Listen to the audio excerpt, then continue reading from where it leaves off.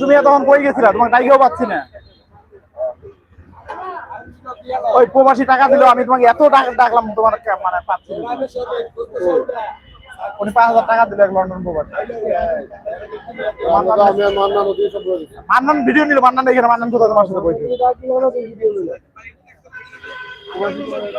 এই যে এই ভাই দিছে, এই যে এই ভাই লন্ডন প্রবাসী বাড়ি। ওই তো লন্ডন প্রবাসী ভাই। আচ্ছা খেয়াল।